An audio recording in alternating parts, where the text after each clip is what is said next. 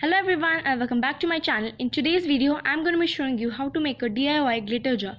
So for it you're going to be needing is a glass jar, some glitter. I'm using pink and silver glitter. You can use any color of your choice. And I'm also adding this glitter. This is a mixture of silver and purple glitter. Some water, some glue. This glue looks yellow in color, but when you added it in water it becomes transparent. Now let's get started.